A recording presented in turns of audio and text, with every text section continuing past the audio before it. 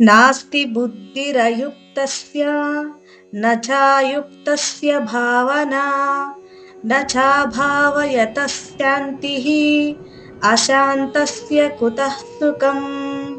పద అర్థం చూద్దాం రండి. నాస్తి లేదు, బుద్ధి స్థిర బుద్ధి వివేకం, అయుక్తస్య యోగంలో స్థిరంగా లేని వాడికి, నచ అలాగే లేదు, అయుక్తస్య యోగంలో నిలకడ లేని వాడికి, భావన ధ్యానం లోతైన ఆలోచన, నచ అలాగే లేదు, అభావయత ధ్యానం చేయని వాడికి, శాంతి శాంతి, అశాంతస్య శాంతి లేని వాడికి, కుతః ఎక్కడ నుండి వస్తుంది, సుఖం ఆనందం. ఇప్పుడు తాత్పర్యం చూద్దాం రండి. యోగంలో నిలకడ లేని వాడికి బుద్ధి లేదు, బుద్ధి లేని వాడికి ధ్యానం లేదు, ధ్యానం లేని వాడికి శాంతి లేదు, శాంతి లేకపోతే ఆనందం ఎలా లభిస్తుంది?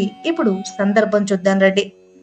2వ అధ్యాయం 64వ శ్లోకంలో రాగద్వేషాలను విడిస్తే శాంతి వస్తుంది అని చెప్తారు.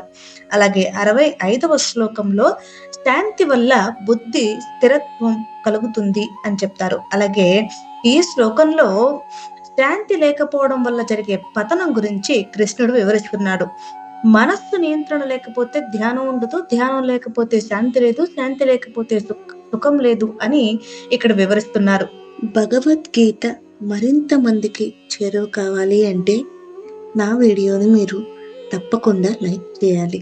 లైక్ చేసి మరింత మందికి చేరువయ్యేలా చేస్తారు అని కోరుకుంటున్నాను. ధన్యవాదాలు.